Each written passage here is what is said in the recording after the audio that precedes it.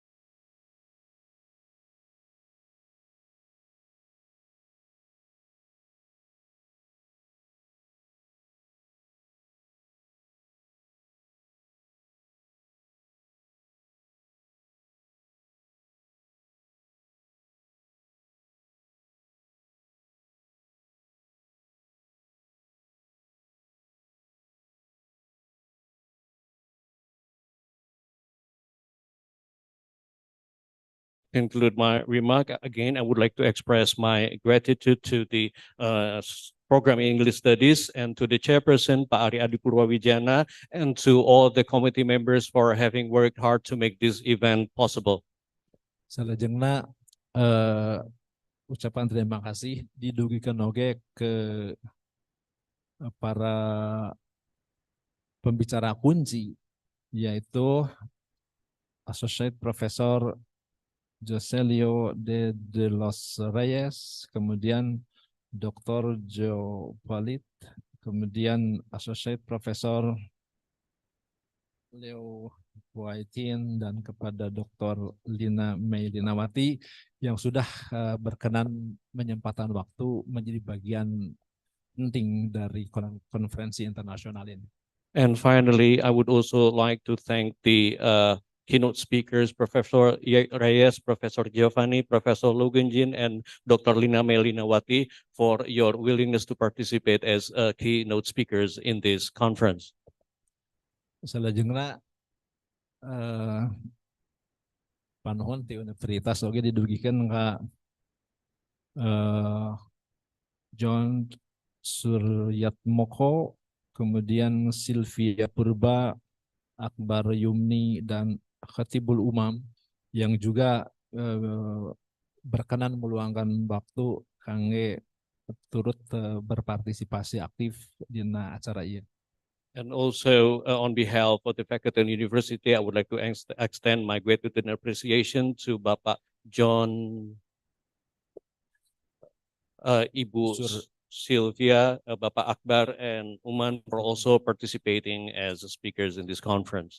Salajengna tangtos wae kasadayana pamilon. And also to all participants of the conference.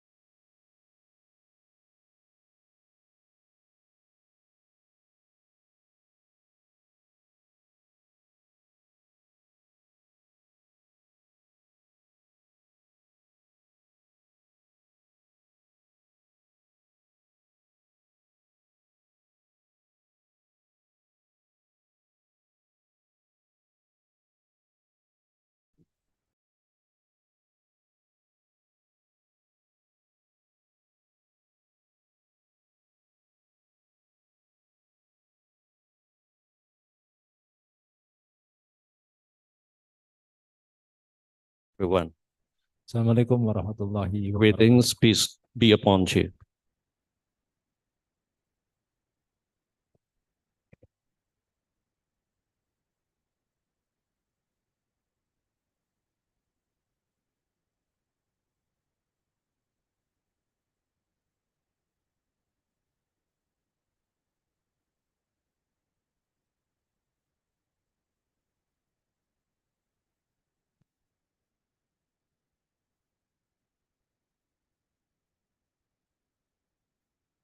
Thank you. Continuing to our next agenda, we would like to humbly ask the audience to rise and sing the Indonesian national anthem.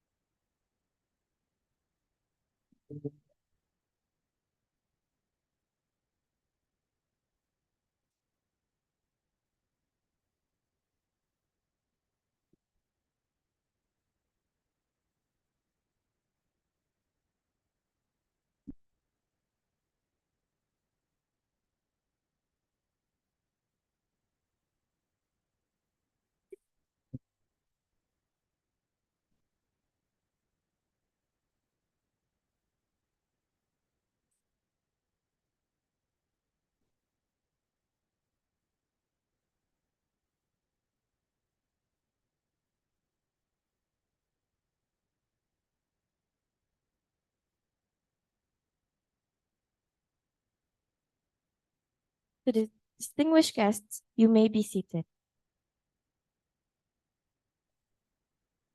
We would also like to ask the audience to take a moment of silence to honor the memory of one of our colleagues who is scheduled to speak tomorrow on the second day, Janet Suryat Moko, whose mother just passed away 2 days ago.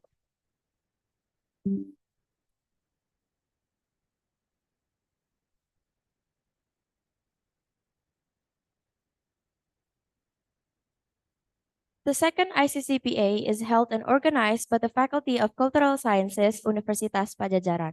As part of the committee and the faculty, we would like to express our deepest gratitude to all the keynote speakers, presenters, and participants for attending the conference on these 2 days.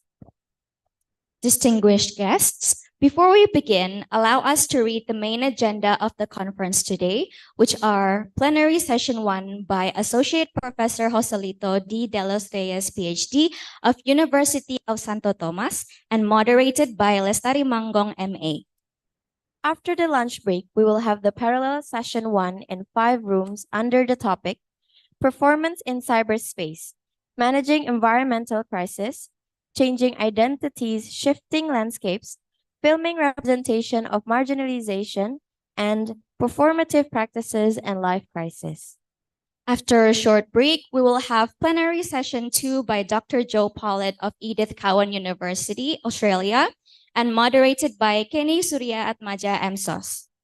Now, we will proceed with the first plenary session, and we kindly invite Lestari Manggong MA to come to the stage and moderate this plenary session under the title Meme Justice, Meme and Satire as Counter-Narratives. Interpretation in Bahasa Indonesia will be provided by our interpreter, Dr. Rasus Budoyono M. Hum, through Zoom. If the audience requires interpretation assistance, please join the Zoom meeting through the link provided in your email or in the WhatsApp group.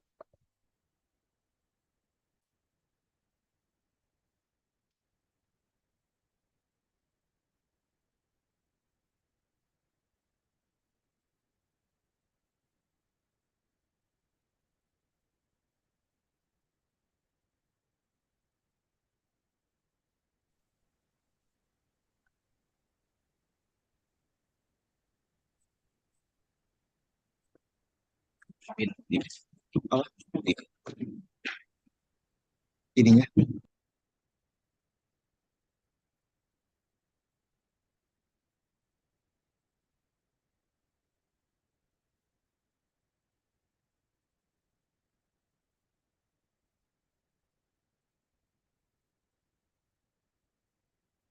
A very good morning to everyone.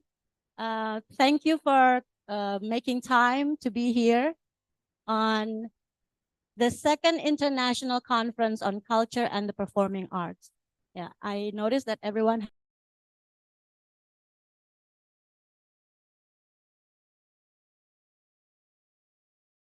long name for conference. So to kick off our conference, we have here our first keynote speaker, and I'm going to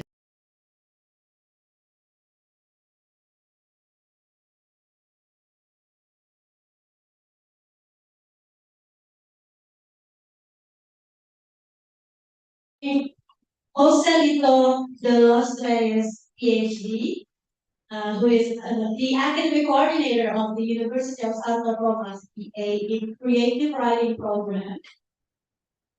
Dr. Reyes is also a poet, fictionist, essayist, translator, columnist, and a television series content creator. That's quite a lot of work to do. Yeah, and he's currently a resident fellow of the U.S. Center for Creative Writing and Literary Studies and a research associate of the USC Research Center for Culture, Arts, and Humanities. Dr. Reyes has won the National Commission for Culture and the Arts Writers Prize for his book of fiction, the Philippine National Book Awards for his book of essays, the Philippine National Book Awards, Philippine Readers' Choice Awards, and the Gintong Aklat for Golden Book Awards for his books on creative nonfiction, And the poet of the year from the Commission on the Filipino Language for his poetry. Quite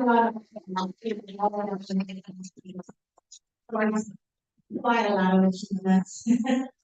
And to add to that, Dr. Reyes is a Bachelor of Secondary Education degree major in Social Sciences from the Philippine Normal University. And he obtained his master's and doctorate degrees in Philippine Studies from De La Salle University in Manila. Dr. Reyes is a regular popular culture and new media opinion contributor for Philippine-based newspapers, Abante and Wrangler. He currently teaches creative writing, writing for new media, Seminar in new media, research, literary translation, and the UST at the UST Faculty of Arts and Letters and the UST Graduate School in Manila. So that's our guest for today, our keynote speaker for today. And Dr. Reyes will be presenting his research, his presentation titled Meme Justice, Meme and Satire as Counter Narratives. Dr. Reyes, the time is yours.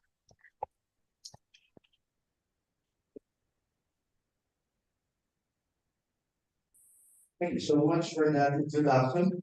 As we say in the Philippines, magandang umaga or good morning. Magandang umaga. Magandang umaga. To Hasi for giving me the opportunity to speak in front of you. And to those who are in Zoom right now, magandang umaga. I'm so glad that I was able to participate in this kinds of academic pursuits.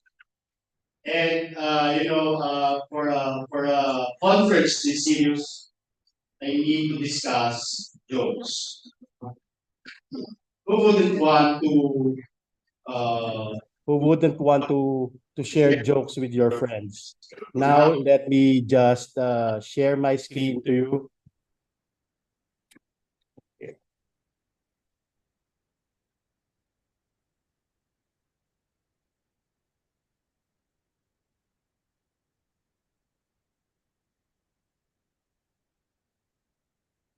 All right, and as I have always been asking my students, am I audible on the Zoom front?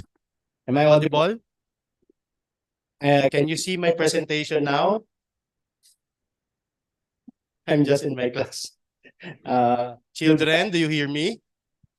All right, I'm Joselito de los Reyes, and I am fascinated with, just like majority of the Filipinos, I'm fascinated with these two, no?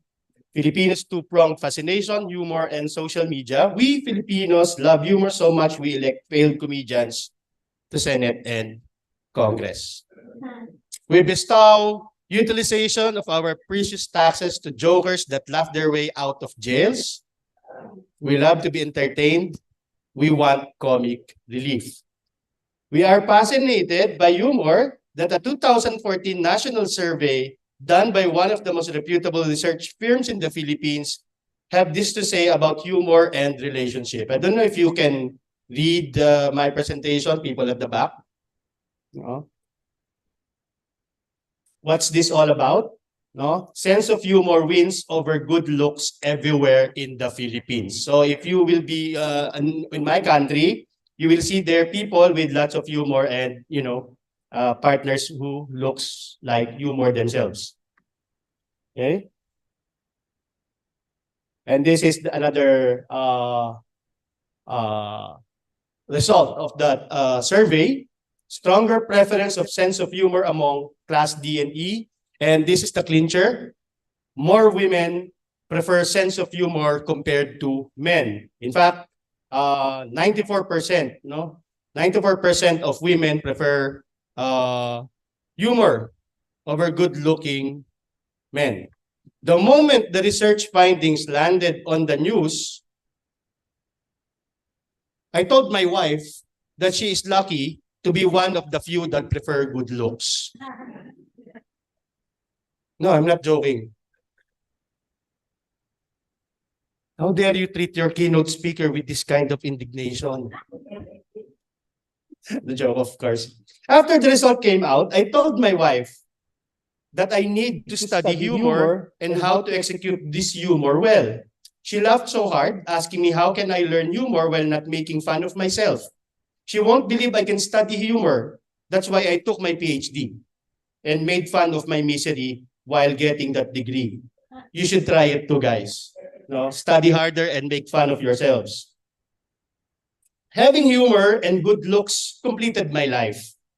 It made my virtue of the research 99% desirable. I am 99% desirable in my country, thereby more preferred. Anyway, the point, however, is we Filipinos love to joke around, and as the case of my wife, she even married one. Which leads me to this two-pronged fascination of humor and social media, particularly that of meme and satire. Okay? In the realm of biology, genes reign supreme, dictating the traits and characteristics of living organisms. But in the human realm, a different kind of replicator emerged, one that wasn't confined to the double helix of DNA. This replicator, known as the meme, spread not through reproductive urges, but through the irresistible power of imitation and often a healthy dose of humor. The word meme was first coined by British evolutionary biologist Richard Dawkins in his 1976 book, The Selfish Gene. Dawkins, with his signature wit, likened these cultural replicators to genes, the fundamental units of heredity. Just as genes encode information for building proteins and other molecules, memes encode information for behaviors, ideas, and cultural practices. But unlike their biological counterparts, memes thrive on social interaction, spreading and imitating through conversations, shared laughter, and the vast expanse of the internet, particularly that of social media channels. The internet, with its insatiable appetite for novelty and amusement, became the perfect breeding ground for memes. Social media platforms like Facebook, Twitter, and Instagram transformed into meme factories, churning out endless streams of humorous images, videos, and text. These memes, with their witty captions and relatable scenarios, resonates with people worldwide. The meme revolution didn't stop there. Technology, always eager to please us, jumped onto the bandwagon, equipping smartphones. Our smartphones has it. Equipping smartphones with meme-making capabilities. If you'll be looking at your galleries right now, there's this application that you can already make yourself memes and make fun of your professors.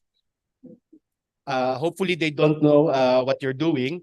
Memes became the currency of online communication, a shared language that transcended borders and cultures.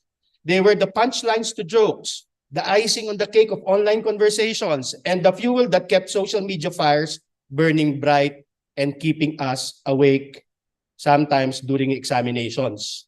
No? So if you find yourself chuckling at a meme, remember that you're not just enjoying a bit of humor, you're witnessing the evolution of culture one meme at a time. The basic parts of a meme is first, one, an image. Look at this image. And then it should complement with the text. And the third is a timely social, cultural, or political references.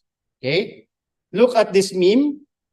In Tagalog, in English, I would say that, oh, a shooting star. I wish that I can finish my thesis now.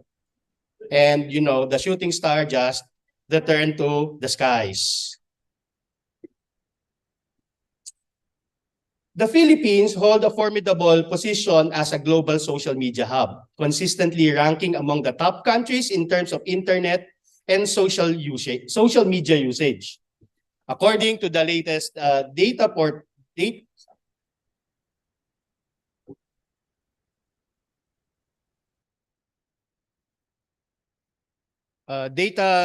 portal survey, the Philippines boasts an impressive 85.16 million internet users out of its total population, of our population of 116 million. These internet-savvy Filipinos, spend an average of 9 hours, 45 minutes online. So try to imagine that. We spend 9 hours, 45 minutes, with a significant portion of the time, 3 hours, 43 minutes, dedicated to social media engagement. This contrasts with Indonesia, no, where internet users spend an average of 7 hours and 42 minutes. I don't know if it's true with you. With 3 hours and 28 minutes dedicated to social media. No, the social media phenomenon, I can assure you right now, guys, that people listening to me in Zoom right now are doing social media things while listening to me. The social media phenomenon extends across Southeast Asia, with other countries like Thailand, Vietnam, and Malaysia also exhibiting high levels of engagement. The region's young, tech-savvy population and growing middle class have fueled the adoption of social media, transforming it into a powerful tool for communication, commerce, and social change. As social media continues to evolve, Southeast Asia is poised to remain at the forefront of global social media trends were this powerful.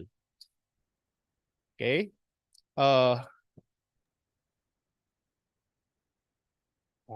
Just wait, guys. I just need to mute.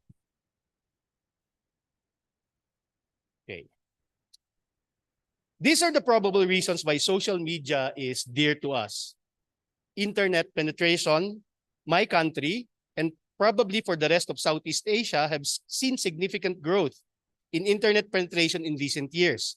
According to a report by We Are Social and Hootsuite in 2021, during the height of the pandemic, internet penetration stood at 67% of the population. As more people gain access to the internet, the potential user base for social media platform expands. Of course, Philippines has very young population. We have a relatively young population with the median age of around 25 years old. Look at me, I'm 24. No, of course that I'm joking and no one laughed because they probably believe that I'm 24. Younger people tend to be more active on social media platforms and driving up usage rates. I mean, mobile internet, we have mobile internet. Of course, in Indonesia, it's quite strong. Is it? The mobile internet data? Mobile internet? Yeah. The widespread availability of affordable smartphones and mobile data plans has made it easier for us to access social media on the go. Of course, there is this cultural factors. No, we are highly sociable beings in the Philippines. Our culture tend to guide us to be more sociable and friendly. In fact, we take pride in our being hospitable to guests, just like Indonesians do. Okay. During the height of the pandemic, it heightened as well the e-commerce and entertainment reason why we access the internet. E-commerce and online entertainment have seen significant growth in the Philippines, with platforms like Facebook and Instagram being used for buying and selling products and services. No? Of course, there's this political engagement, which I will deal heavily. Social media has also played vital role in political discourse. And of course, language and content. The reason why we're so happy dealing with social media, because social media platforms like Facebook and Twitter are available in Filipino and in English, making it accessible to a broader audience who is more keen in dealing with social media platforms. Okay. Memes have undergone a fascinating evolution in the Philippine context, mirroring global transformation of this digital phenomenon from their early days as a simple internet jokes to their current status as powerful tools of social and political commentary. Memes in the Philippines have come a long way. Like for instance, in the early 2000s, memes in the Philippines were largely shared on forums and social media platforms like Friendster. They were basic, often creating images of overlaid humorous text in colloquial Filipino or in English. Okay, these early memes primarily aimed at entertaining and connecting internet communities, or like any other humor, certain collectives such as the academe, like the meme you are seeing right now. In English, there's this idea: if you will finish your MA, you can buy everything. Me having a PhD, using water as a shampoo. The nuances of these languages cannot be understood by some people. No, we speak in the level of the academe. No, when I show this to my co-professors at the university, they will always laugh. Why? Because we were made to believe that if we graduate with MA degrees, we will be able to, be better in life. Not knowing that those people who encourages us to finish our degrees are, poor themselves. Okay? However, as social media platforms like Facebook, Instagram, and Twitter gained prominence, memes started playing more significant role in shaping public discourse. Memes in the Philippines began addressing social and political issues, and they became a potent form of protest and satire. Over time, our memes seem to have developed a distinct style and language, mixing humor with deep cultural and political insights. They often incorporate pop culture references, local celebrities, and unique Filipino humor, making them relatable and shareable among Filipinos. Like this meme of our national artist, Nora Honor, on her arguably greatest role ever in Himala. Now, this is a film, a very iconic film and an iconic role, but I indicated there a statement, question asking if there is any salary, has the salary arrived yet? No, and of course, Nora Honor being the representation of a very famished worker. Okay. Other meme that I created, at least for this event, is this. Among the academics, we share these kinds of meme. Siya uli ang prof ko, or in English, I'm taking the same course with the same professor. Okay, so you failed this subject and now you are about to enroll with the same professor who failed you. Okay, so this is quite, relatable to academics like us, because especially in a program such as ours and like yours too, we are only very few professors, and chances are a student who failed the subject will enroll, especially if it's a major subject, will enroll under the same professor, thereby the look of the student like Nora Honor. Or that of Oprah Winfrey. I believe you're familiar with Oprah. I created this meme about our city's flooding issue and the city administrator's supposed lacking of judgment that affected the students. I will translate. You already arrived in campus? Are you wet? You crossed the flooded streets? Now I declare classes canceled. In our country, memes aren't just a source of amusement.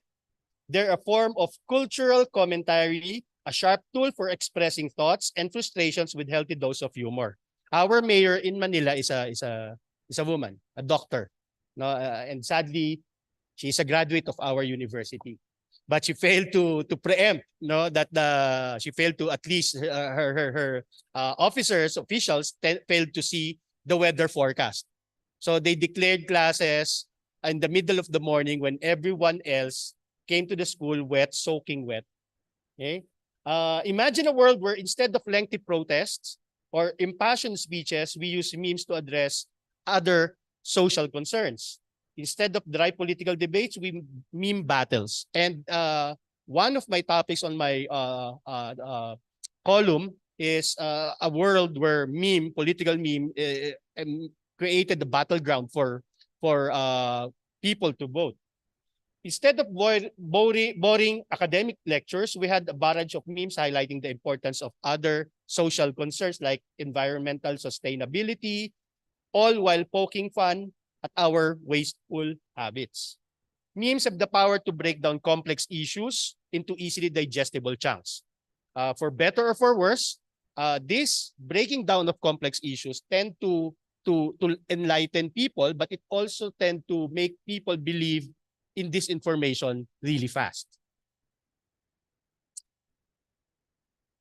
Memes have become a significant and influential medium for political communication and commentary in the digital age. Complement that with sharp satirical narratives, and as we have developed and utilized fully the platform, because we spend so much time on it, proliferation of memes can be a potent form of political discourse. Here are some reasons memes function as a form of political discourse. You take note of this because your professors will give you quizzes after this or recitations. All right? Accessibility. Memes are highly accessible and shareable on social media platforms. They can distill complex political issues or ideas into easily digestible, humorous formats. Okay? Memes are very simple and very short. Simplicity and brevity is a factor. Memes often rely on concise text and images, just like Oprah Winfrey and the Nora Honor, siya uli ang professor ko. He's the same professor that I used to fail. Okay? Satire and critique. Many political memes use satire, humor, or parody to critique politicians, policies, or political events.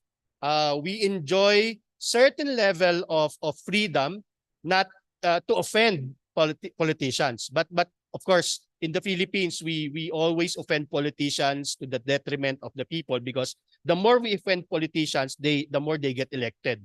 It's kind of a joke, really. Okay? Of course, there's this engagement. Memes are inherently shareable. We create memes in order for it to be organically shared. And when they touch on political topics, they can go viral quickly. Just like what I've made in, at least on the Oprah Winfrey meme, it was shared by people who actually experienced the flooding before classes were suspended. Okay. Mobilization and activisms. Memes can serve as a rallying point for political movement and activism. They can help spread awareness and social and political issues. Later, I will discuss that this political discourse, for better or for worse, can actually affect people. As with any form of political discourse, the impact of political memes can vary widely. They can inform, entertain, mobilize, and even influence elections. But still, individuals should critically assess the information and arguments presented in political memes. The operative term there is critically assess. Now, sometimes we tend to forget that memes can be humorous, but we need to sharpen our wit in order for us to critically understand the issue. Okay?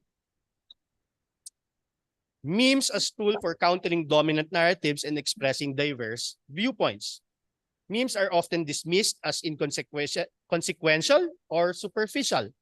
But in our country, where there is limited platform to counter the narratives of those who are in power, memes can challenge these dominant narratives and express viewpoints in a way that traditional media often cannot.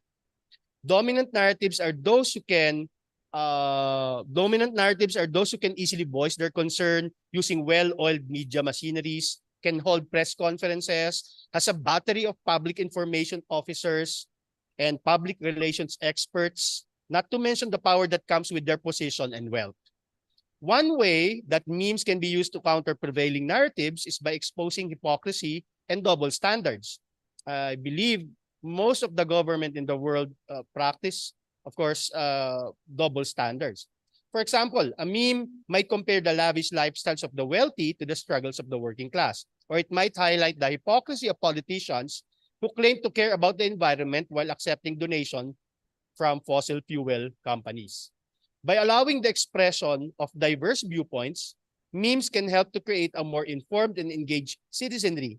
They can also help to break down barriers and build bridges between a group of people. Okay? Of course, not everything can be made into meme. No, at least, well, everything can be made into a meme, but there are memes that are quite successful. And here are the characteristics of meme-worthy issues. Meme-worthy issues or topics that are likely to become the subject of memes often exhibit certain characteristics that make them conducive to humor, relatability, and shareability on social media. Some of these characteristics include, first, it must be simple. So, simplicity. Meme-worthy issues are often simple and easily understood. They can be distilled into concise and straightforward message or image that doesn't require extensive context or explanation. That's why if you will be looking at political memes in this country or in my country, there will always be less meme about the economics. Why? When we speak of economics, we speak of so many factors that affects our economy. And it's very difficult to make a meme out of these issues of GNP, GDP, the purchasing power of our money, etc. Okay, so it's not really simple. It should be relevant. So one characteristic is relevance. Memes tend to focus on current and relevant topics. Issues that are trending or in the public eye are more likely to become meme-worthy. Just like the Oprah Winfrey meme I've shown you, it's about flooding. After 2 weeks, 3 weeks, we experience hot climate again. So it's not really that viral anymore because it already served its purpose on the day, on that certain day, on that certain occasion that we all witnessed to come to class and then just like that cancel classes in the middle of classes. Of course, there is humor. Humor is a common element in memes. Meme-worthy issues often have elements that can be turned into jokes, puns, or humorous commentary, which I'm happy to announce to you guys that AI, like ChatGPT, cannot duplicate humor. No, as a language model, they will always tell, I cannot understand how humor functions. Why? Because it's culture-based. What may be funny to me may not be funny to anyone. Humor tend to divide us and to unite us as well. Like that of the PhD or the thesis. Have you seen the meme thesis, the shooting star? I don't know if Indonesians believe in wishing when you see shooting stars. Some, yeah. In the Philippines, we always wish, we always wish because that's the only way we can climb out of misery. So we wish the wishing stars are quite fascinating and quite funny to those who are taking their masters. No, it's not really funny to those who don't understand the nuances of the academe. I don't know. The undergraduate students of Unpad, are you taking your thesis right now? Did they have? All right. Good luck. Good luck to you. And I hope tonight you will see the brightest of shooting stars. All right. Of course, exaggeration. We tend to exaggerate when we seal in issues on memes. Memes often involve exaggeration or hyperbole. Issues that can be exaggerated or taken to extremes are more likely to be turned into memes. Later, I will discuss the legality of this exaggeration. Memes, for all its worth, should be visually appealing. Memes are typically visual in nature, so issues that can be represented through images, graphics, or videos are more likely to become memes. But we don't really speak about, some nice photos. I believe you have seen the shooting star. It's poorly edited. No, it's poorly edited. It's only edited using MS Word. But it really captured the audience. Just like any other humor, memes should have these cultural references. Memes often incorporate cultural references such as pop culture, Oprah Winfrey, of course, movies like Himala, Nora Honor, our national artist, TV shows or famous personalities. Issues that can be linked to these references are more likely to go viral. I call that, whenever I teach new media and writing for new media, the signposts. No, you need to target your reader. You need to put in their signposts that everyone can relate with. Okay. Then there's this suddenness.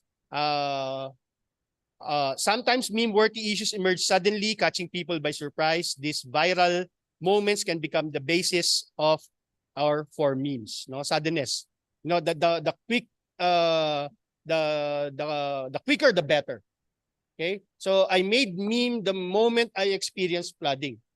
No, I won't be waiting for my thesis to be defended in order for me to create memes, or I don't need to submit memes for journals to allow me to publish it. No. Of course, there is this internet trends.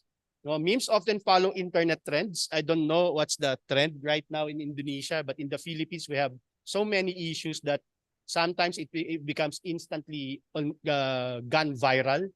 No, memes often follow internet trends and formats. Issues that align with popular meme formats or templates are more likely to become memes. Later on, as I will give you the better examples of how memes evolve, it became an internet trend. It became viral. So memes tend to catapult on viral issues. And then finally, crisis and breaking news. In times of crisis and breaking news events, memes can be used as a form of coping mechanism or commentary. We, just like Indonesia, in the Ring of Fire, we have so much volcanoes and earthquakes. We always make fun of earthquakes that, where you're just too numb because of falling in love several times, so you don't feel any earthquake at all. So it's a recurring meme. It's important to note that the characteristics of meme-worthy issues can change over time as internet culture evolves. What is meme-worthy today may not be the same as what was meme-worthy a few years ago. Memes, like timeliness of humor, are a dynamic and ever-evolving form of expression that adapt to the interests and sensibilities of online communities. For students here, graduate students, there are MA students here, MA and PhD students, meme can be a good platform on opportunity for academic engagement. You can discuss internet culture and social media using memes as your catapult. Familiarity with internet culture and social media platforms is crucial. So it can be a good platform to make your thesis. Of course, you need to understand the visual rhetoric when you speak of memes. So for fine art students, they can always look into the visual rhetoric of memes. Political memes often rely on visual elements. Referencing the principles of visual rhetoric can help analyze how images, text, and layout are used to convey political message in memes. Of course, there is also political communication. I believe Universitas Padjadjaran is offering political science program. Do you offer? We political science program at the UST where I teach is very popular.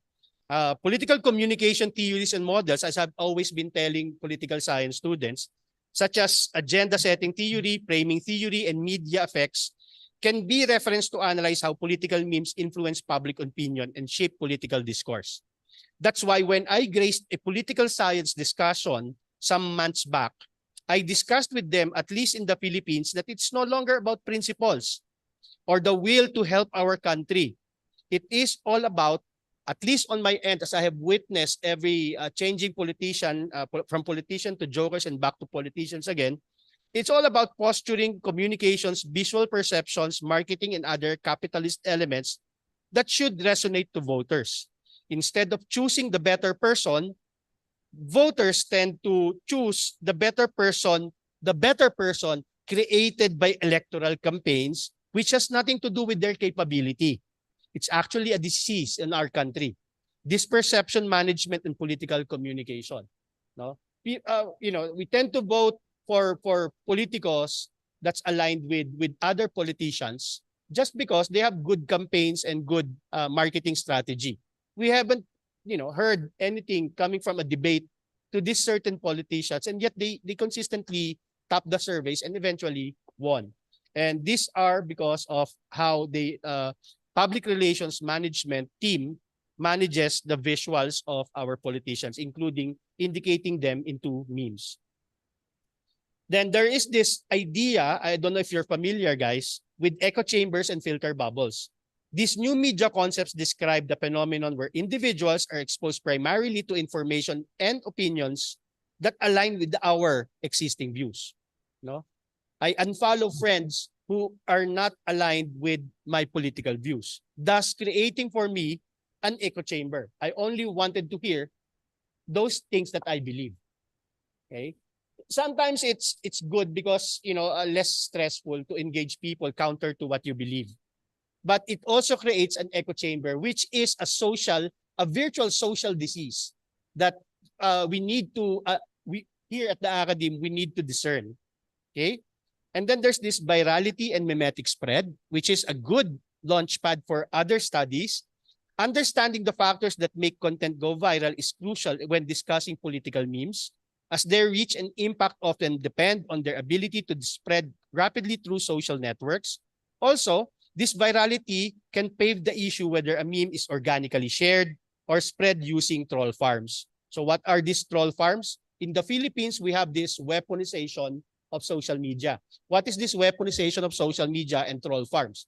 We created accounts. No, some enterprising dudes in the Philippines created so much Facebook account that it's no longer being managed by a person. It's being managed by a marketing strategist to create, the impression that you are being followed by so many, or that your account is being subscribed to by so many people, where in fact it's just numbers, it's just metrics. And leading to that is, of course, it's ethical considerations. Discussions about the ethics of political memes can reference concepts like misinformation, manipulations, and cyberbullying. I hope you are not really into this. Indonesia is not really into this yet, no? Because in the Philippines, it's so rampant that cyberbullying, misinformation, and disinformation has become a political weaponry being used every election. And privacy concerns associated with meme creations and dissemination. Then finally, there's this legal and copyright issues. Now, political memes can sometimes raise legal and copyright issues, especially when using copyrighted images or content. Familiarity with intellectual property laws is important in this context. So those of you who want to engage in social media as a form of study, as a topic of study, and those of you who are looking forward to become lawyers someday can very well put this topic of legal and copyright issues of memes and other social media viralities as a form of study. Okay. Now, let's go back to Oprah Winfrey. Again, I will translate what I have written. Hey, you, have you entered the campus?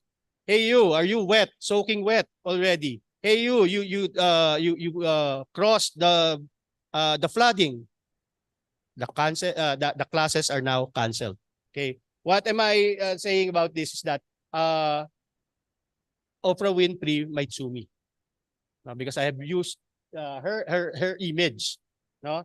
And of course, the mayor will always look into this as a form of attack to her capability to decide, no? But of course, there's so many memes crossing over our news feed that I don't think some enterprising politicians would dedicate their time to looking at the memes created attacking them. Okay, but that's for politicians. Okay, this time it's about someone who is powerful but not yet as powerful as politicians. Okay, in the study of Asian Human Rights Commission, it's hard to seek justice in the Philippines, no? As Asian Human Rights Commission succinctly puts, why do victims and witnesses do not come forward to file charges or support cases in court after shootings, assaults, and other serious crimes in the Philippines today? Their willingness to lodge complaints, support prosecutions, or otherwise act to obtain justice speaks to the total lack of confidence in the country's rotten criminal justice system. That's coming from Asian Human Rights Commission. This enabled people to seek redress by way of shaming perpetrators of injustices like that of a recent road rage incident involving a retired policeman and a helpless cyclist in Manila last month. Remember, a while back, I was discussing about the mayor of Manila.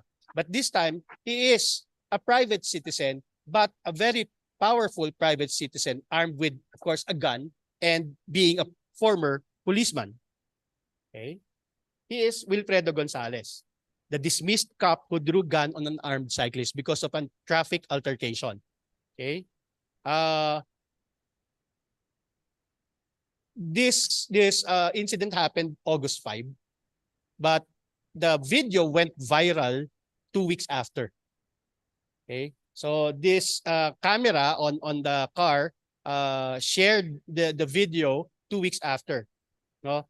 When the event took place, being a former policeman, this Wilfredo Gonzalez accompanied the cyclist inside the police station. And inside the police station, of course, are the policemen who used to know, who is a colleague to this Wilfredo Gonzalez. So what happened? The video caught by concerned citizen immediately went viral. The victim retold what happened to many highly publicized forums now covered by mainstream media. The suspect remained unarrested because One of the officers explained that they could not arrest the former policeman because they did not see him carry a gun, even if the viral video told otherwise. The victim refused to file charges and remains fearful for his family and his family's safety. Now, where does meme help in this kind of case? Okay, Wilfredo Gonzalez, being a retired policeman, is employed by the Supreme Court as a security officer to one of the justices, and sadly, he was given the grand narrative, no, the suspect's narrative. He was interviewed by the media. He held press conference with the police officers, and he explained his side. He was given the all the platform that he needed to create his narrative. Okay, but Filipino netizens were quick to enforce the virtual brand of justice social media can create, resulting and spawning these memes from the screen grab of video while former policeman is on the act of pulling a gun. The issue has become so popular that it existed, proliferated, and became viral even without the accompanying standard text like most memes have. This is the original photo. Look, yung the art card who is Wilfredo Gonzalez, that's the original photo. It was screen grabbed from the video. Okay, so that will be the subject of so many memes. Okay, and here's one example. Okay, him riding a bike. Why? Because he assaulted a cyclist. So he was put into a bike. Okay, he rode a horse. Okay, he was given a horse to ride. Okay, he lifted weights. These are all not copyrighted materials. This existed and went viral, and people have been continuously working to put him in shame because we cannot achieve justice. No, because he is in the light of justice. He was given the platform for justice to be friendly to him. Okay, that's him selling something. Durian, no? This is very popular in this part of the world. Okay. Okay. I posted the price, but then you are always asking me how much. You know, the trending on social media, internet sites. Okay. Of course, he was given the eye. Okay. And he was made into a cook in a, you know, some enterprising dudes, no, work their way into making him the model of a culinary school. Okay. He became a DJ for a party. And of course, maiming and shaming as counter narratives, he was given, and he became a talent for an enterprising girl who offers services to clean your house, to help you in your laundry. Okay? So, did we achieve the justice that we want? Okay? The threefold version of justice served by way of viral memes, no? First is the supposed shame. No? That purported outcome of people at the receiving end of memes, mostly those who are in power. No? We intend to put that guy in shame because he was caught, but he has yet to be tried. And as of the moment, I guess no cases were filed against him. Okay. Second is meme as a rallying point in the collective disgust. No? We have this collective disgust because it always happened in the Philippines that when you are rich and powerful, you get away with your crime, especially crimes against people on the street. Okay. Because of its tendency to mimic, of its virality, of its tendency to reach greater audience faster than most of traditional media and other internet traversing new media formats can do. No, and lastly, the preservation of these memes on the annals of internet and memory cards, hard drives, and cloud storage, thus preserving its digital representation of this organic injustice and counter narratives. At this day and age, guys, of smartphones, everything now can be, you know, every event can now be shot on a video and preserved on memory cards and in the internet. It's just so difficult for us to undergo the process of the seeking justice that we tend to rely on an easier path of shaming the those who own the narratives. Okay. Sadly, none of which is the ideal justice we people seek.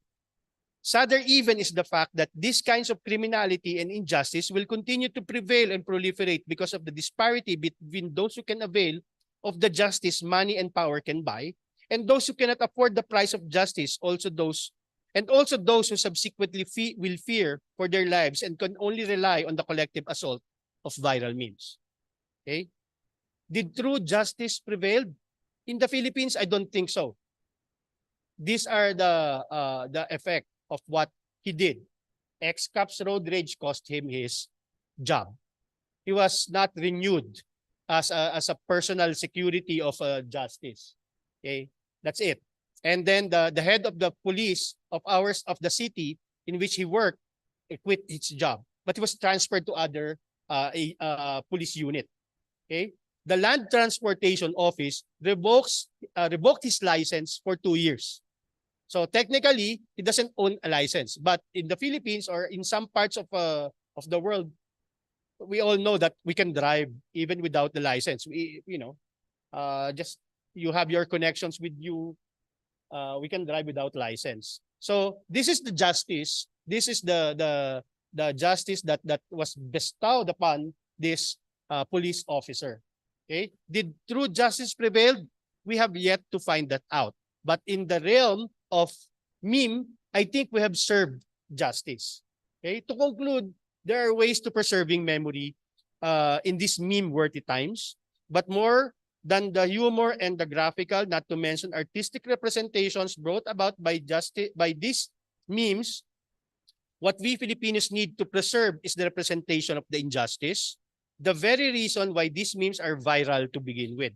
A two-pronged way of seeking justice should be employed. One, it's the collective disgust and indignation as manifested by continuously creating and sharing memes. The other, which should be more apt and powerful, is the efficient retribution that should have been provided by the justice system that protects its people at the onset. Lacking the latter's functionality will naturally empower the former by memes launching to other future virality platforms. So in meme, we seek justice. Okay? In humor, we ask for justice. Okay? So that's why I cannot blame my wife for choosing a good-looking husband because we're teaming with humor now. Terima kasih.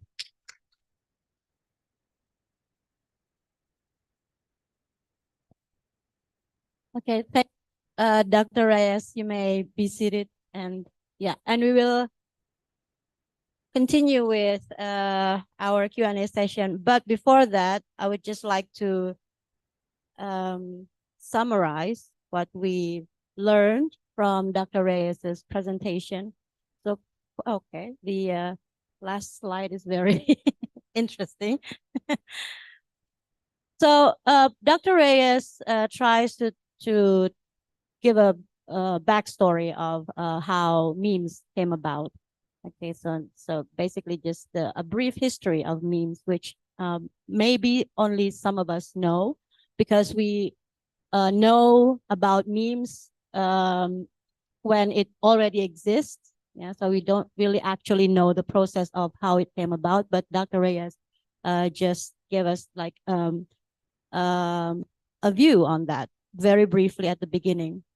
And also, Dr. Reyes highlighted the importance of memes and humor and jokes, yeah, and that includes satire as a form of critique. And several reasons also have been mentioned by Dr. Reyes on why the Filipino think that memes are important, particularly in critiquing social and cultural and political issues there. And also meme use as political discourse, and also memes as tool for contesting dominant narratives, which is one of the main topics of today's presentation. and also some of the characteristics of meme-worthy issues, and memes as platform and for academic, memes as platform for academic engagement. Meme meme. That's a very good way of expressing it. Can meme maim and shame. Yeah, one of the examples, which is also very on point. And to conclude, Dr. Reyes emphasizes in terms of memes or the use of memes, the need to preserve the representation of the injustice. So that's the case in the Philippines, and I think we can move to the discussion by maybe comparing it to what we are experiencing in Indonesia, and then maybe try to reflect on what's going on in Indonesia with what has happened in the Philippines. So I will give, so we have until 11:30, correct? Okay, for Q&A session. So about an hour time for Q&A, so we can have a very elaborate discussion on this session. Okay, if there's anybody here on site would like to give comments or ask questions, you may do so. You can raise your hands. And also if there are participants on Zoom who would like to ask question. Okay, there is one. There are two. Okay. Okay, but I'm going to just ask the audience here first, the participant here on site. Okay, we have one over there. Do we have? Thank you. Could you please introduce yourself, sir? Good morning. morning. My name is Daniel Svendinianto. I am a student at Padjadjaran Unpad program English Literature. My question for Mr. Reyes is, how do you respond to people who might see your memes as cringy? Because even I kind of have to hold myself together when I'm seeing some of the memes you presented. And how do you anticipate people who might think that your memes are cringy, And that's it for my question. Thank you. Thank you so much. That's a very wonderful question. Humor tend to unite. So if there are people sharing the memes I created and I share some of the memes, it only majority of those who shared my memes, they really like the meme and they can relate with the meme. So some people would not like it or be cringy about it. It's just that memes tend to target people who can identify with the meme. So if you're not really the target of the meme, if you feel like I really don't understand, it gives me that kind of cringe whenever I see that kind of meme. Maybe you're not the audience. I will just have to tell you that maybe you're not the audience. Just like a good old-fashioned joke. If you don't get the joke or if you feel like the joke is corny, maybe it's not for you. Okay? So sometimes I create memes to offend, not to offend. So there are times that I need to create memes to offend people, like that of the politician. I need to offend her for her to think about the next time that we experience these kinds of monsoon rains, to preempt what will happen to your city. All right. So yeah, sometimes it's cringy to other people. Sometimes it's offensive to others because I intend to put it that way. Okay. But there are those misfires, like the good old-fashioned joke. There are some misfires that's offensive. I always tell my students, at least the humor collective, I do online humor coaching, that you need to understand who are your audience. You need to understand who is your target audience. Okay?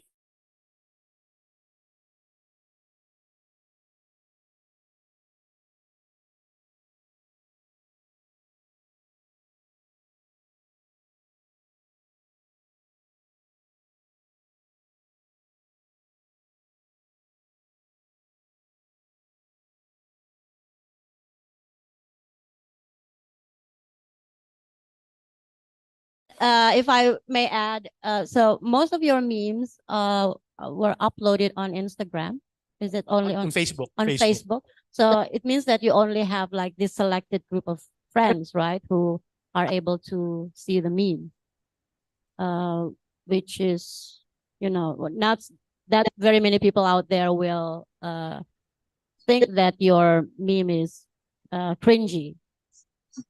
I Is have, that the case? no, I have like 30,000 plus followers, more than I have friends. I have attained the limit of the number of friends and have like more or less 35,000 followers. And most of the time, these people will share my joke. That's why my memes, my jokes are always on public setting. All right. So yeah, sometimes it will be viral. Sometimes it will be on a certain collective. Just like what I wrote a while back. I've shown you last night. About the Grab car here in Indonesia. No, it was a source of joke for me because every time, twice actually, I ride the car, I always open the driver's door. Okay, and then there's this tendency that the driver will look at me, hey, are you carnapping me? Because in the Philippines, we always open that side of the door. We're right-hand drive. So I wrote it as a form of joke on my social media, and people would actually laugh because they experience the same. So that's what I mean when I say the signpost. Because they experience the same. They went to Singapore and experienced the same. It's just that I articulated these funny moments they experienced. Okay? So sometimes, it goes viral, and I really don't intend to make that viral because in Facebook science, algorithm is king. Algorithm is king. I've been teaching a new media seminar in new media for MA in communication and MA in journalism. I always tell that it's algorithm is king. You cannot predict what will be viral organically unless you hire influencers. You pay influencers or you pay troll farms. No, troll farms meaning those accounts that create this illusion of many shares. Okay, but organic virality is shared by people. You cannot predict that. You cannot work on that and create memes that this meme will eventually become viral. No, because people tend to understand, and people say if I share a meme, that flooded meme of Oprah Winfrey, if I share that like a day after, it won't go viral. But if I share that an hour or 2 hours after the cancellation of classes, it will, because everyone's experiencing it. Okay, at least in Manila. Okay, Okay, thank you, Dr. Reyes. Before I'm going to ask questions from on-site participants, we have one question here on Zoom. So, okay. Let me just try and scroll up first. Okay, the first question has to do with whether or not it is punishable by law in the Philippines to create or to make the memes viral. Is that punishable by law? I'll answer. There's this cyber libel law that's just passed in the Philippines. You can be jailed for offending someone using jokes, humor. Okay, but it has yet to be implemented. It has yet to be proven. We need to challenge that in the Supreme Court. That's why I, as a professor, crosses the border, the boundary sometimes of being offensive, because I want to know and to what extent the law will tell me when to stop. Okay, but that's another justice. That's the traditional justice some people are seeking. But there is this non-traditional justice system is which you will be like,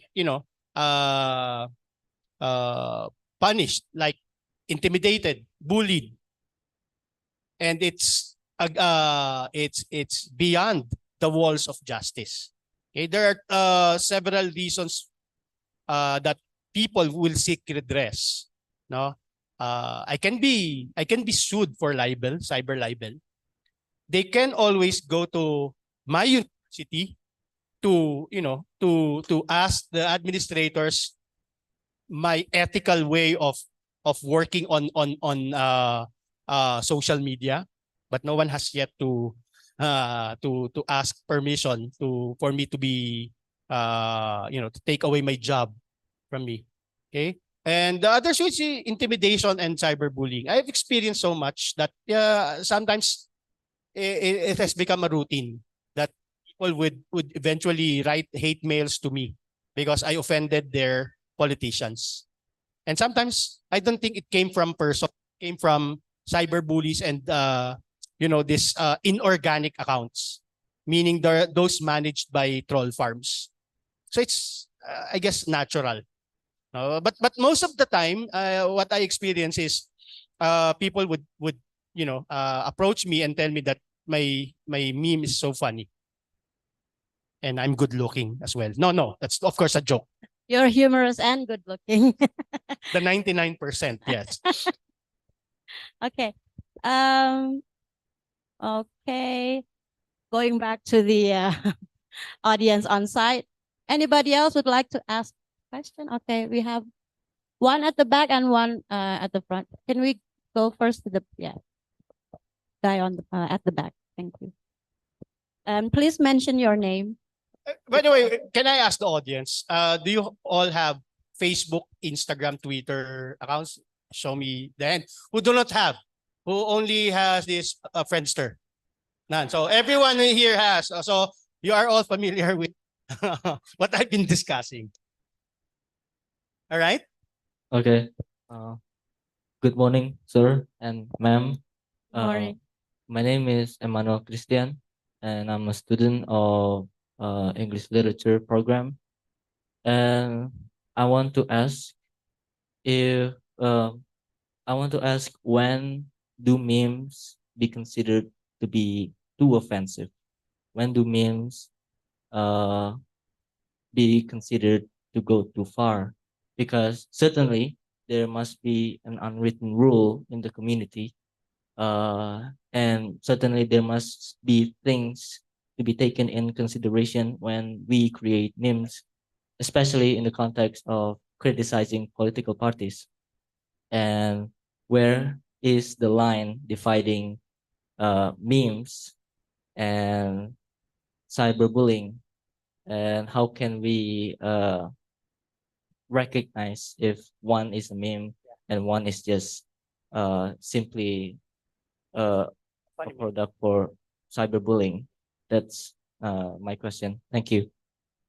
As I have mentioned a while back, need to be challenged in court. At least in the Philippines, there is this cyber libel. Cyber libel. To answer your question, there is no clear line that defines what should be offensive or not. Humor tend to be culturally rooted.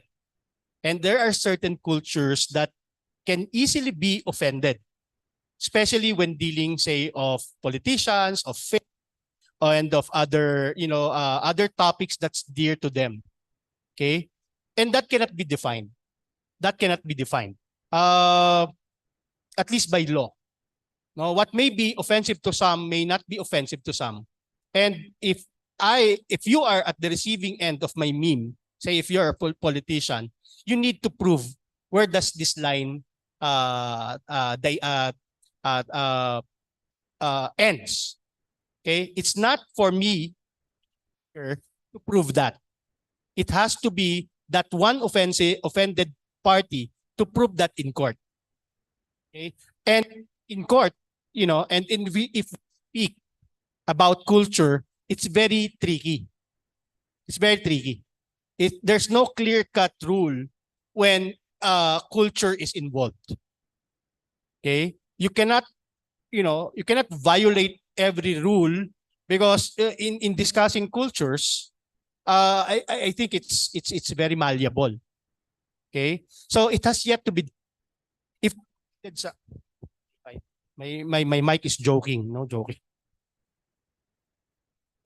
If I find it someone, he has the burden. The mic is joking, yeah. He has the burden to prove to the court that what I wrote really offended him or her. But sometimes, just like political cartoons, the editorial cartoons, sometimes it's meant to offend. Okay, so if some personalities at the receiving of my meme say that of the mayor, the Oprah Winfrey meme, he has yet to she has to prove that in court, which is again a very tricky matter when discussing humor, because humor will always be culture based. Culture based. Okay, so sometimes I ponder if these people would eventually sue me because I have this battery of volunteer lawyers, because they really need to provide people with a distinct law on where this boundary of offensive or not offensive should really be put. Okay, so yeah, it's very difficult. But some humor tend to be offensive from the onset. Okay, and there are some people like issues in other countries that it can ignite violence. No, by just a joke, a simple joke can ignite a violence. I wouldn't put myself in that kind of position. So having understood Filipino culture, I can always straddle between what's offensive or not offensive. This is the pun, no? I always take my joke seriously. No? If I utter a joke, I always think of my audience, of the culture of this audience, for me to have this fine balance between what is critically and socially laughable things, no, and not really to to cross the line of just being offensive and not being humorous. I do maintain that humor should always overpower this statement of mine. Okay, so it has always been a source of study that people who understand humor tend to be more intelligent. I don't know if that is true with my wife.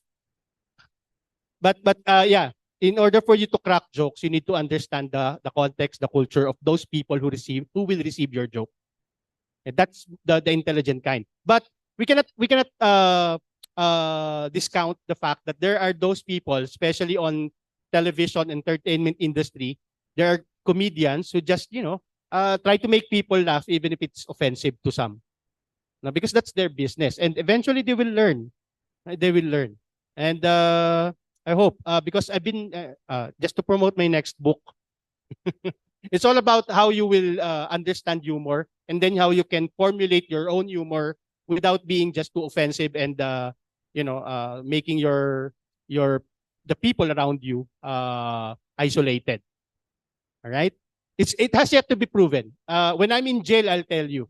You should be the guest in Zoom. I'm here inside Manila City Jail because of a meme. But of course, that's joke. Thank you so much. Yeah, thank you for the answer. Does that answer your question, Emmanuel? Okay. All right. We still have one Gilang at the back, and then the one here in the front, and then Bu Endang. Okay. Could someone give the mic to Gilang? Okay, thank you. Right. Hello. Good morning. Let me introduce myself. My name is Gilang Arya Kasmudiningrat. I'm also a student at the English Studies program at Unpad. Right. My question would be, well, to put it simply, I want to know what you think, whether memes are just tools, perhaps, or do you think they're more like its own language? Now, the reason why I ask is because, and I say memes specifically, not jokes or humors, because jokes sometimes can be bound to a language. But for memes, for example, like the shooting star one, I've seen one of that in English. So, and then there's also some meme that doesn't even require a caption. For example, like the one where the politician rides a bike. There's really no need for a caption for a language to be involved. So, do you think meme is like its own language, or maybe it's more like just like a tool, a byproduct, sort of, perhaps, of people's needs to commentate on certain events? So, yeah, basically, do you think meme is more like a tool, or is it more like a language, or maybe perhaps both? Thank you. It's just a tool. Of course, it cannot give you the deeper context, the complexity of an issue. Let's take, for instance, the thesis meme. Of course, it cannot express how difficult for graduate students to finish their thesis. Really, when you are at the thesis and dissertation end of your study, it's like you're on your own. It's very difficult. No, I experienced it firsthand that I don't seem to have an advisor, but that's the way it is because my advisor doesn't understand my topic. So it's just to guide me. So it's very difficult, and sometimes we need to learn this difficulty. No, it's a and complicating it's just a tool to understand yourself fully. That at least that meme. Now for the meme against that policeman, everyone knew what happened. Everyone knew what happened. Everyone is angry about what happened, and the reason for that meme, so much meme created just for that event is to collectivize. We're feeling the same. That's why I need to work on another meme in order for us to be united, at least on this case. Okay? So there are several ways in which memes can proliferate. One is to collectivize. Yeah, we have the same sentiments. So your meme is so funny. I know that issue so well. I've followed that up on news sites, and then we're just, all of us are victims, and we shared the common sentiments. That's why the need for me to share this meme as well. Okay, it's a tool to collectivize. Okay, the other one is a tool for reflection, to reflect upon your master's and PhD program that you will be, rich while your PhD prof is, using water as your shampoo. So there's so many ways in which meme can function. It can also mean to offend. Okay, so there's no specific reason. Maybe for those people who will receive memes, there must be some reason for them that's quite different from those who created the meme. Okay, so for instance, the last slide about the policeman who's working on house helping. Yeah, it could be an enterprising girl offering services to others. No, it's not just making fun of the issue, but it could be an offer. It could be something that promotes his services on Facebook. Okay. The hospitality meme, it could be a means to promote the brand. So yeah, it's different. There are different ways and different reasons why we consume meme and why we create memes. Okay. If a meme went viral, I don't think, as a creator of memes, I don't think I am at hold of the reason why people want to share it. And I don't think I can determine each and every reason why you shared it. Some people shared it because it's cringy. And there are memes, and this is a true to life story, There are memes I created and shared by people that's just so disgusted that as UST prof, a UST professor like me would create a meme with, with a grammar so atrocious that a professor would not write. But that's my sarcasm. They didn't get the joke. The joke, well, oh, look at this professor at UST. He writes for these newspapers and look at his grammar. He's atrocious. But that's the point. There are so many Filipinos who will look into grammar rather than the content of every statement that we utter. Okay, so there are many reasons. Okay, and so far these varied reasons, I created memes and shared memes. I have yet to land in jail. Okay, next time I hope. No, please. That's a joke, of course. My wife will be sad. All right. Okay. Now, next question from this gentleman over here. Yes. Good morning. My name is Muhammad Aziz Fitratama. You can call me Tama. I'm also a student from English Literature Unpad. Earlier, you said the faster a meme is published, the better it is. But what if there is a situation where there is a misunderstanding about something viral and it embarrasses many people without the actual facts? Doesn't that mean we should be more careful before publishing a meme? But if we publish the meme too late, we'll lose the trend. So my question is, how can our meme stay on the trend while still being factually accurate? Thank you. Yes, thank you so much for that question. Yes, because Filipinos tend to, create memes instantaneously. Eventually, they will pull that out because it offended some of his friends and they somehow misinterpreted the issue. Yeah, it happens. That's why social media has this edit option. We always edit or we take down our post. Okay. The reason being, Mr. How do I address it? Tama, is that you need to understand how people react. Instant, no? In social media, people will react instantly, and then they will share it instantly, and you need to balance what you know, what you already know, what others people know, and what you should know eventually. It's like news. It's like writing news. Will I be publishing this news or this, in our case, meme, without even understanding the whole context? Okay? It's not just for your friends, but for your own sake, that you will be the one initiating humor without understanding the issue. So I guess I can only speak for myself. I will and should understand the issue first before creating meme. Because I'm a good professor of that good university and it's my name at stake. No, people would understand, even the priests or administrators, even those colleagues from other universities would understand that I am a humorous guy and I teach humor, I teach new media. So they always believe that if ever I uploaded a meme, it underwent so much critical analysis before coming up with a serious joke. Okay? So I guess for you to, to consider uploading a meme and so as not to be left by the issue, I think the priority should always be on the critical side.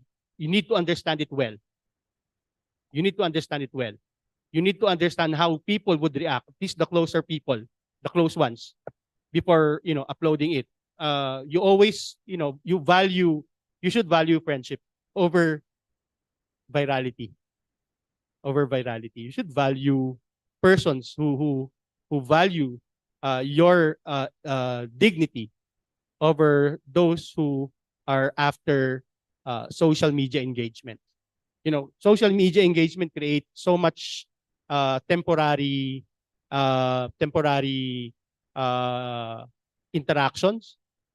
No, let's take for instance in Facebook, I have like 30,000 plus. Listen, 30,000 plus followers.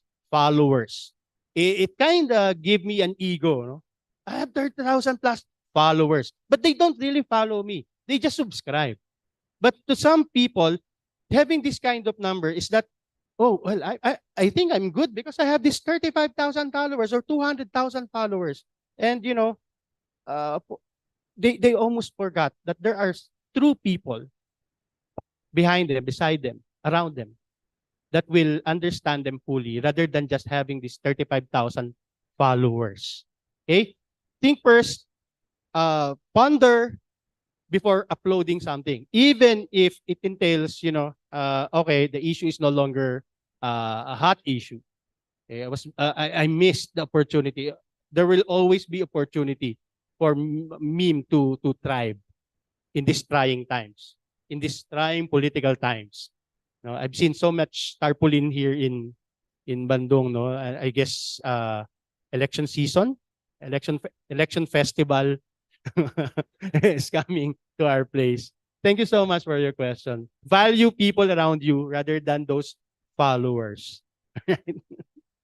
Okay, thank you, Dr. Reyes. One more question from the people, from the audience here on site.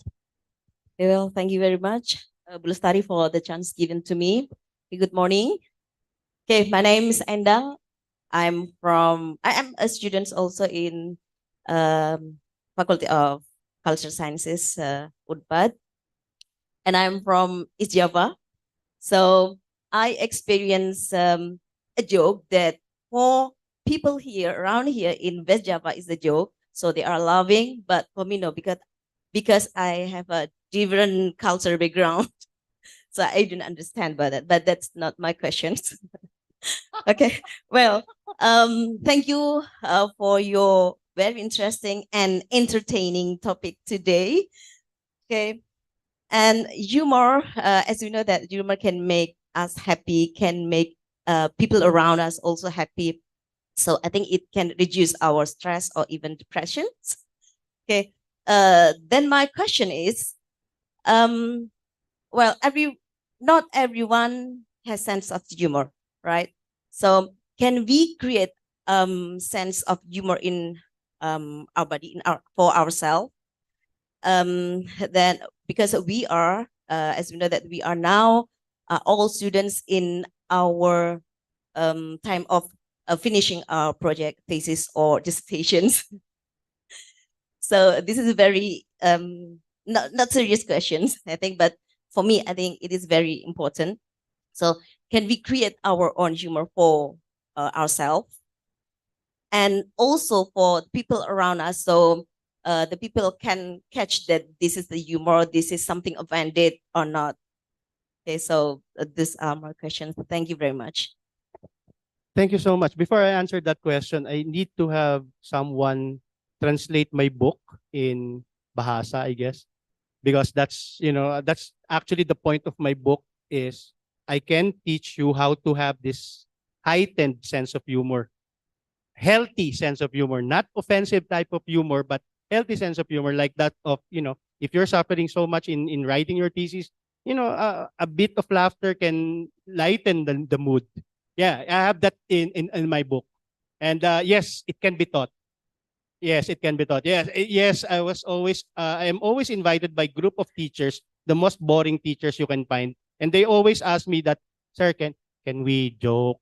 Sir, can I you know, tomorrow I'll be speaking in front of these people. How can I inject humor on my speech? Yes, it can be done.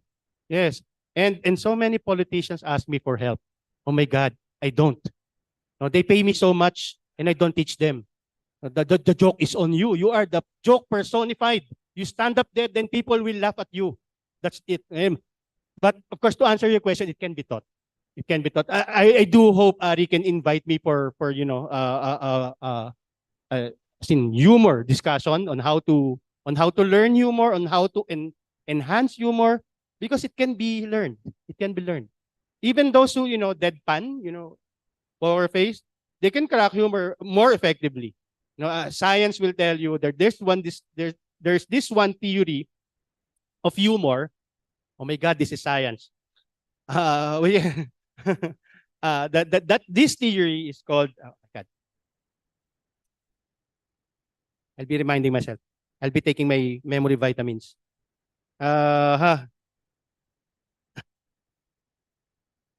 There's this one theory of humor. No, that you do not the more effective jokes are the ones delivered poker faced. Okay? The ones delivered oh no, the title is incongruity theory.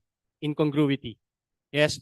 You need to crack jokes on the least time people expect to hear jokes. Incongruous. No, you don't really tell people that I have a joke, you listen, because chances are it's not really funny. Why? Because it's preemptive. I preempt that there will be some sort of a joke there, but if you told me that there will be jokes after your discussion, I'll be expecting. That's congruous. Congruence. Okay? So there's this theory that humor should be incongruous. You need to crack jokes at the least expected moment. Okay? So that's one theory that you need to learn. When to crack humor, when do you upload memes? Okay? People find it offensive in the Philippines to upload memes after an earthquake. So there was an earthquake. I don't feel any because I've felt so much pain that I can no longer feel earthquakes. So people don't find it funny in the Philippines at least. But I wrote an article that explained to them that you should never take that as a joke. Take that as a means that they were not affected and they are safe. Okay?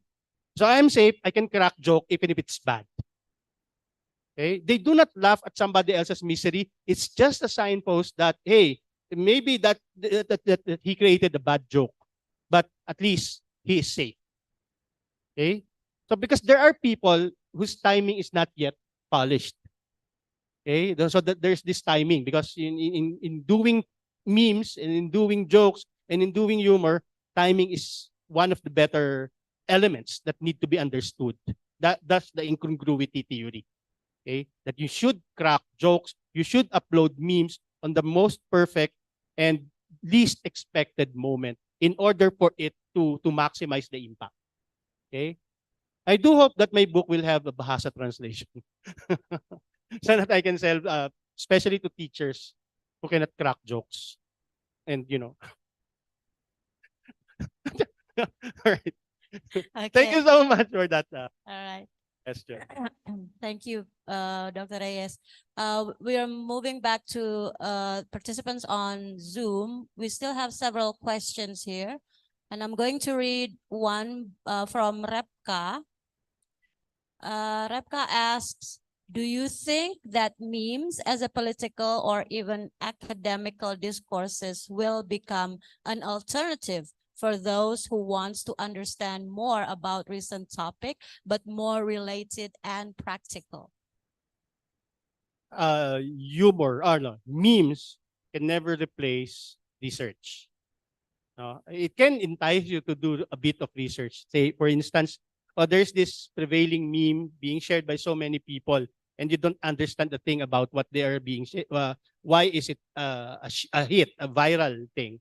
So you need to do a research. You need to understand the context. Why is it viral? Or why is it popular right now? So you need to study. So you do not rely on memes alone. You do not rely on humor. These are just like what one of our students here tell us. These are just tools. It can never replace a good old-fashioned reading or good old-fashioned watching of YouTube, even though it's a poor alternative to reading. No, so on the surface, it's just that. It's humor. It's just visuals. In order for you to understand the complexity of the case of this Wilfredo Gonzalez, you need to dig deeper into the issue. Why was he given these kinds of treatment? Now, say, for instance, the interview, it was so well coordinated that the interview with a very, very famous talk show host, just happened. Why? Because they are of the same sect. They are of the same sect, the same religion. So he was given a platform with so many millions of viewers. And that's why it offended some people. Why? Because it's just a case. Why are you giving him these kinds of platform? Okay? So if you don't understand that, you just need to laugh and just one of the things people who really laugh at the joke but not understanding the context. Again, I'm going back to my discussion that humor is culture based. In order for you to understand why people laugh at something, you need to understand how they interact. All right. Here's another one from Nico Mang, and I'm going to try and translate the question. So we are approaching, in Indonesia, we are approaching this general election. And as you said earlier, you saw all these pamphlets and all these banners on the street on several politicians. And then Nico Mang asks whether this is a similar case in the Philippines towards general election. Yes, and much more. Using memes. I mean, using memes to political memes approaching general election in the Philippines. Memes, I think it's a poor way of campaigning. If you will be using memes and laugh about yourself, there was this one politician who laughed so hard about himself, he failed to win the election. Because he failed. Yeah, he just failed because self-deprecating humor is not really for politicians, because they look upon themselves as some serious dude who will serve the country and spend your taxes. I think it's a potent tool, for campaign. It can be a potent tool to offend someone, even if that someone the receiving done. But it cannot be a campaign tool. I don't think it can be. It's an effective campaign tool. Tarpaulins, media handling, press releases. I believe that's the usual tools for campaign and not memes. Okay. Of course, I need to be proven wrong if some person would actually use memes, self-deprecating memes to offer his services and then eventually won, maybe I can reconsider what I've been telling. Or there's so many factors. In fact, in the Philippines, I don't know if it also happens in Indonesia. I was told that social media has become a potent tool for campaign. Social media has become a potent tool for campaign. So there's this GIF, memes, art cards, but there's no one research that determines how many percentage of votes were obtained with the use of social media. No, there's none. There's none. So they always tell, social media is a great platform for campaign. Show me a specific study where, say, an X number of voters believed in you, voted for you because of social media. Social media certainly helped in popularizing a candidate in memes. But it has yet to be proven. You need to have a wonderful social media presence, but you need to work on other forms of campaign. And of course, ultimately, you need to be a good person. You need to be a good person in order for you to be elected. Okay? So yeah, for those people who are trying to prove themselves in the electorate process, you can always use meme, you can always use social media, but please do it scientifically. Okay? Do it scientifically. You need to understand how many people would be persuaded by your social media presence. So far, it has yet to be measured. Even in the Philippines, some politicians, some senators I know spend millions upon millions of dollars for their social media presence. Okay? But it has yet to be measured whether or not majority of the or X number of the voters who actually supported them relied on social media. Okay. Okay. I think two more questions from participants on Zoom. One from Anggi Tresna. She asks, it still has to do with political memes. Do you think memes are a safer medium for criticizing politicians? Yeah. Yeah, I believe no. Because you can always tell these politicians that yeah, it's just a commentary. It's just a like editorial cartoons for newspapers. It's just a medium for humor, and do not be offended. I don't know if certain cultures like say of North Korea, if they will be given a platform, I don't think they can create a meme against Kim Jong Un before they can upload that. They're buried. I don't think it also is applicable to certain parts of Indochina, countries in China. Again, politics and culture play a different role there. I don't know in the case of Indonesia,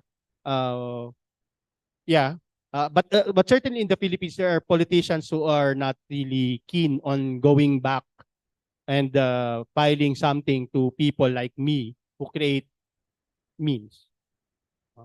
They're not keen. I'm just a small fry. I'm just a small fry.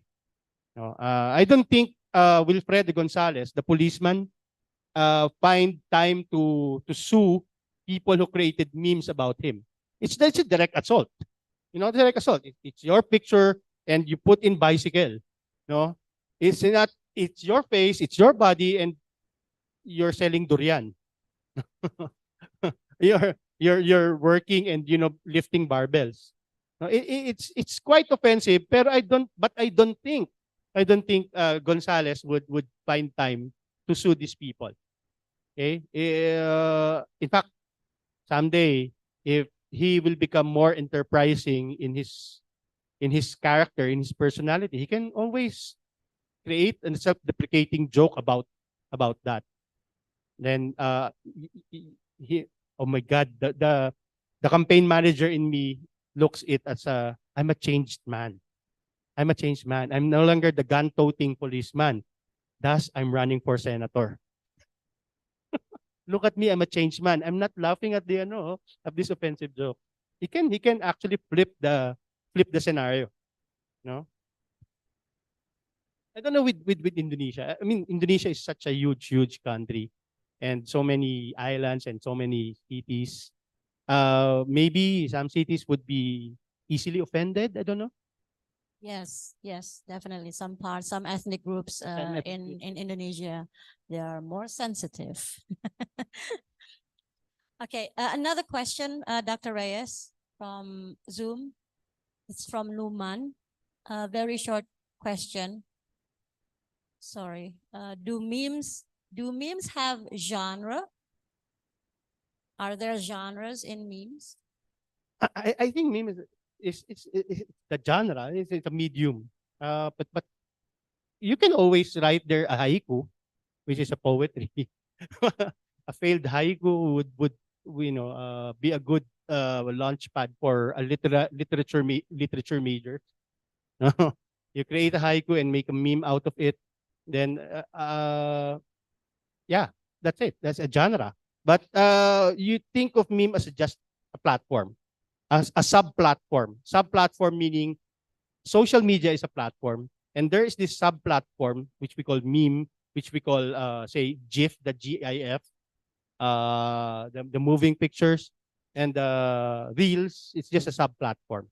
Okay, understanding fully how this new media works can be a good point to those who want to study literature as well. Why? I have always been telling my student writers that literature is morphing its platform. No, you've read, say, for instance, I don't know if it's a standard reading, The Lottery, Shirley Jackson. Shirley Jackson. I've been asking people, creative writing majors, fictionists, to read Shirley Jackson, and then they read it online. You need to take note. I've been telling my students, you need to take note that you've read that online. In 1949, when it was published, it's in the magazine form. And there are some nuances of the medium. You see, if you are reading Shirley Jackson because it's just an assignment, then there are multiple tabs that your attention is divided. Whereas when it was published in 1949, it's the sole reason why you bought the magazine. Okay? And there's this, of course, the lottery on YouTube. You know, there's this 1971 short film about the lottery. So I've been there's this subject in my university about platforms, the new media platforms, that they need to understand if we are to create literary text, it no longer caters, it no longer pushes through on pages. Most of the time we will write online, and sometimes we write even without text. No, it's just, you know, a brainstorm or just a storyboard, etc. So what you need to understand is not really the genre, but the medium, how readers, participants would consume these kinds of content. Okay? So it's just an example, Shirley Jackson. And I've been having this kind of debate with my boss. He's a great writer in the Philippines. I told her that not one of my students have read Dante's Inferno. What? No one is reading Dante's Inferno right now. But they played the game. So there's a game in Inferno. Oh, how would they understand Dante's Inferno without reading Dante's Inferno? Ma'am, have you read Dante's Inferno in original Italian? In the original dated Italian? No, it's a translation by Scott. Yeah. It's an adaptation. It's an adaptation. And, you know, people now are continuously adapting to different platforms of expression. So, meaning, if I write, say, a novel using tweets, and it happened. It actually happened in the Philippines. There are tweets written, and then there's this novelette, and then it was published using Twitter as a platform. It's actually a novel. But it changed the platform. Why? Because we need to consider how readers consume text nowadays. They may not be holding on these tightly binded books, but they are continuously reading social media posts. That's why I'm into social media as well. I don't think I answered that right. I've said so much. I think you did answer the question at some point. Okay, we still have time for 2 more questions, maybe from the audience here. Anybody else would like to ask question or maybe give comment? Okay, we have one at the back. Mind you, Ari and Ma'am, I used to be the chair of the literature department of UST. But I have always been telling my students that, literature has morphed into different platforms. Then you need to understand how this platform functions in order for your text to be consumed. It's not just a writer-centric thing.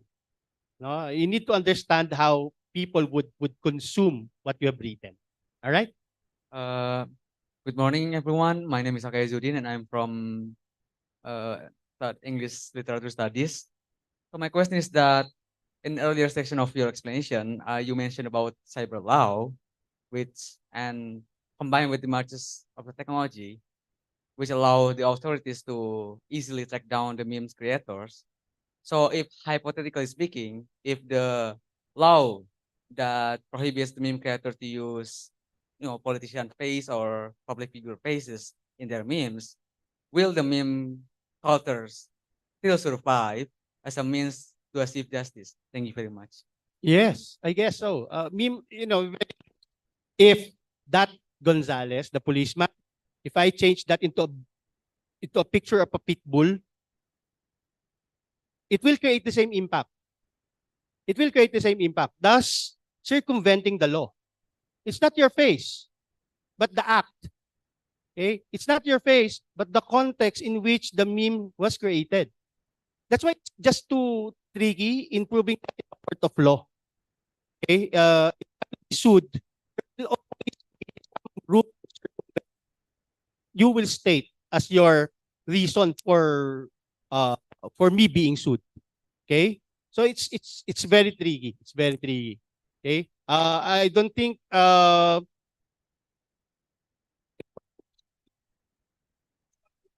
these people seeking some alternative to like cyberbullying, say, like maximize, and this is one of the tricks.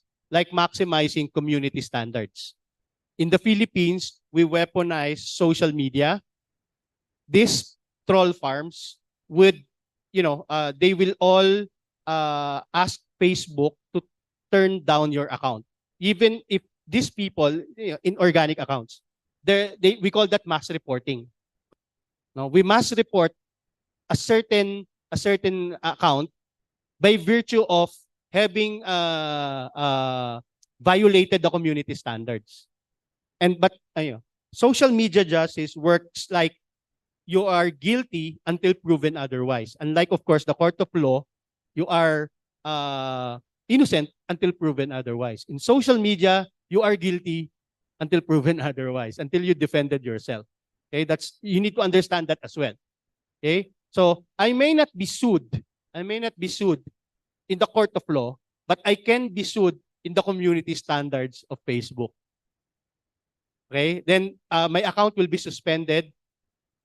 Then I need to explain my side. You see, I was given retribution first before proving that I am not guilty. Okay, that's how justice system works on social media. Thank you so much for your question. Okay. Yeah, I think if there are no other questions or comments, I think we can wrap this session. Could everyone give a round of applause to Dr. Reyes?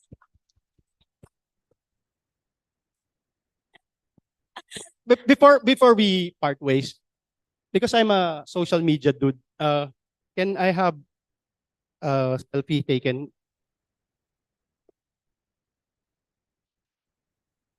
That's all right.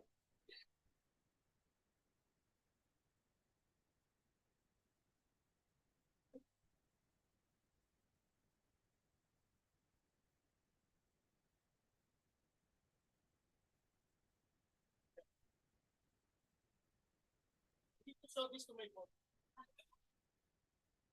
I'm doing good. Thank you so much. Thank you so much. Thank you very much, Dr. Reyes, for a very insightful and very entertaining session today. All right, so that's all for this session, and we will continue with the next agenda. Thank you. Thank you, everyone.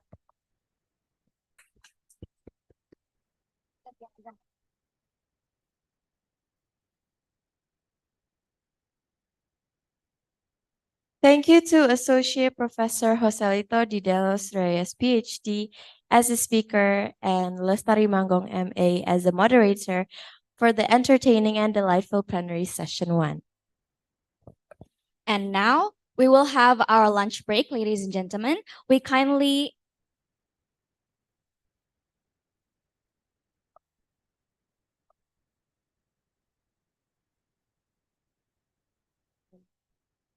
Before we proceed with the lunch break, we would like to present a souvenir to Dr. Reyes, which will be given by the representation of the Faculty of Cultural Sciences.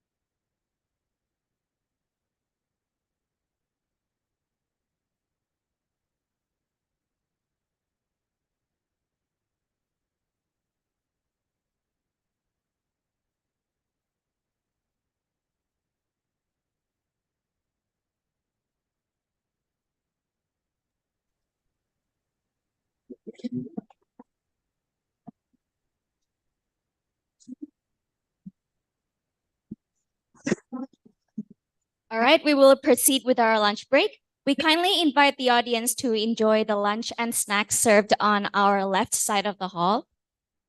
And the parallel sessions will start right after the lunch break. The audience are requested to return to the area by 1:30 p.m. and join the respective rooms of each parallel session.